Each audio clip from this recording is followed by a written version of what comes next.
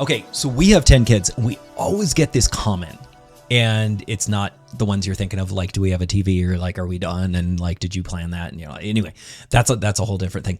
But we raise our kids kind of old fashioned. So like, they're just outside playing, and we don't do a lot of video games, and they don't get smartphones until they graduate, and no social media until they graduate, things like that. Like, oh my gosh, horrible. We're so mean to them. And people bring that up, and they're like, well, this is the comment. It's not what you're going to expect. People are like, I can't not do that. Like, I can't not give them that. They have to have those things because everyone else has it and they have to do it.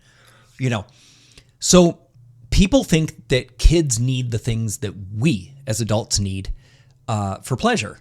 And they don't. They really don't. So I fall into that all the time too. I feel bad when the kids have to go to bed and, I get to sit, like, hang out and eat snacks and watch a movie or something like that. I mean, they watch movies and, they get up on Saturday morning and they watch cartoons and all this kind of stuff. But I feel bad when they have to go to bed, and that's like all they got to do all day was they like eat, go to school, do their jobs, and run around outside for a bit, play with some Legos, maybe plink on the piano for a little while, and then like go to bed. And like, that was kind of not really a great day. Like, I got to do some really cool stuff, and I get to chill and hang out and drink some beer and like watch a movie and hang out with my wife and all this kind of stuff. And I realized, like, they don't need that. Like, they don't need that. Right? So it does nag at me. And I get when people say that, like, where they're coming from. Totally get that. Because it kind of bothers me that they don't get to have the things that I do. But they're okay with it. Right? Happy kids can be found in the poorest parts of the world, where they literally, I mean, this sounds so bad, but like, they're playing with just like a ball out in the street or sticks and just like running around. They're just playing. And these kids are happy, right? Because kids are so adaptable and they need very little stimuli, much less than we think they do. So in one of my other videos, I talked a lot about dopamine. Dopamine are the pleasure receptors. It's kind of it's the high we get. It's the chemical in our brains that give us that high, that feeling of feel good and excitement and all that. Well, what the amount of dopamine we need as adults is more than what they need. The more dopamine kids get, the more they're going to want. And we as adults can handle more. So we can handle more and more stimuli. Kids just need less of that. And we think that they need the equal amount, but they don't. So we keep handing them phones and social media and all these crazy things that spike their dopamine levels because we have those things. And, well, their friends have it. And then we turn around and we complain how toxic all that is. So I'll look at a parent and I'll be like, well, don't you know those things are like toxic and it's like actually damaging? And they're like, oh man, I had a client the other day say, like, he held up his phone and he's like, these things are ruining us. And I'm like, yeah. And yet I have one, but it's like, and then we start talking about with kids, with teens, and he goes, I know it's just bad, but like, yeah, you just kind of have to have it these days. And I go, no, you don't. Like, you don't have to give kids that many, birthday and Christmas presents. You can just give them love and make that day really special and really, really great. You don't have to give them that. Now, it is hard when there's kids around that do have those things.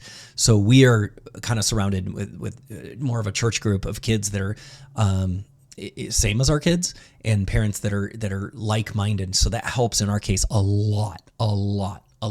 It's like so much, But it's like these things are going to kill us. It's like what my client said. These things are going to kill us, and they're really going to kill our kids.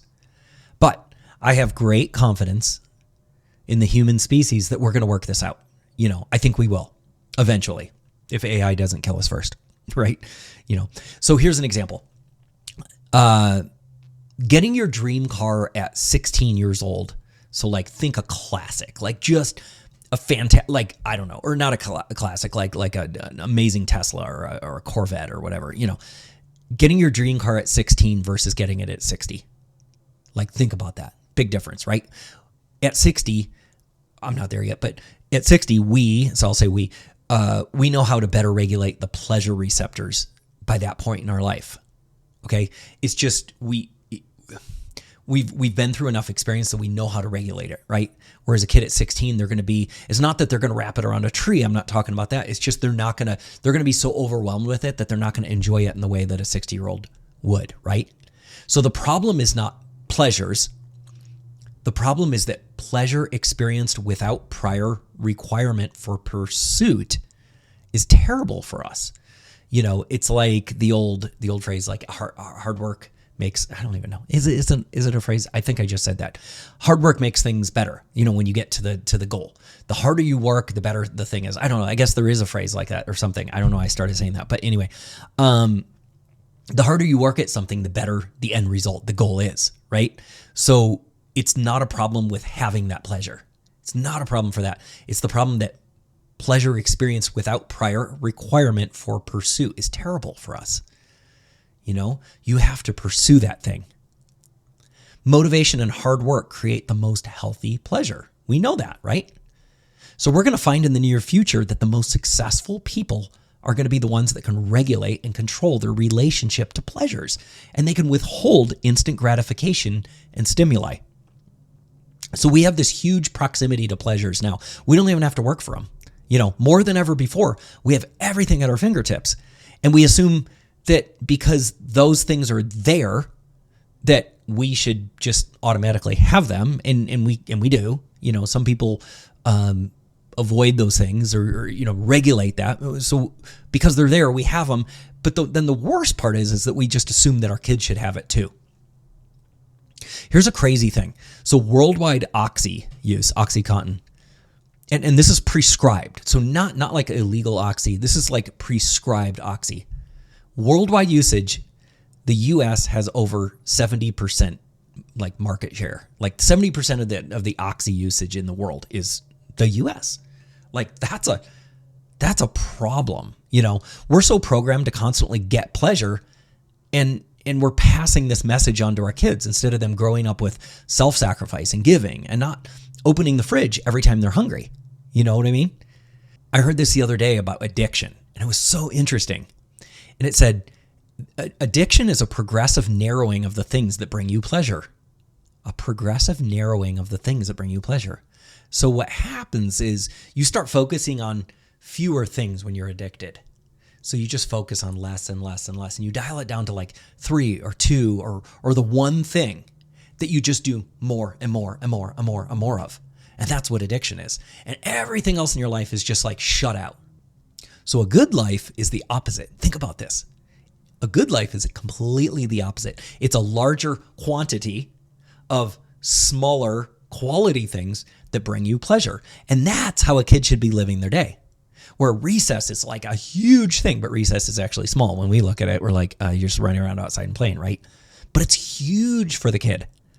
Where like getting a gold star sticker on their test is a huge thing. We're like, it's a sticker.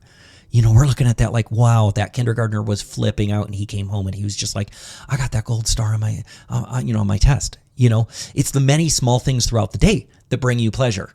That's what's healthy. And that happens as adults too. But you look at it, we're talking about kids here. So the little thing, so many just little things throughout the day are so important to a kid. They don't need that like doom scrolling on social media. They just don't need it. They don't need all those things. So when we think about all those little things, especially the things that bring you pleasure through motivation and hard work, not pleasure through brainless things like a video game, right? So more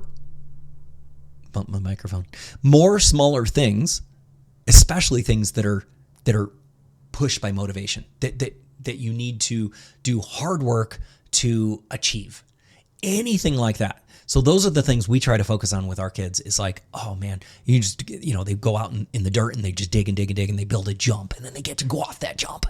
And they're like just so excited. And they're more excited about that and more fulfilled than a kid that just hit level 10 on a video game, because they're just sitting there like, and they're just checked out, It's like they're like, yeah, I hit it. Oh yeah, nice job, bro. Like, but they're not really motivated. They didn't really achieve something. So the key is to self-regulate us, because we model the behavior to our kids. They look to us and they follow us. So we have to self-regulate to some extent, not as much as kids, but we have to set that example, and then we have to teach them. So we model and we teach our kids to self-regulate, right? And that includes regulating anything that's not a good a motivational pleasure, anything that's just a dopamine rush that comes from doom scrolling TikTok, things like that, right? So if you self-regulate and you cut back on those things and you show that to your kids and they see you doing that, and then you teach them that that's what you're doing, and you say it out loud and you say, this is what I'm doing. You can't just model without explaining, right? And they see you doing that, you explain why you're doing it, and they go, man, that makes sense. My kids have actually been like, yeah, Dad, that makes sense when I see you doing something, so I'm gonna do that too. I'm like, dang, that works.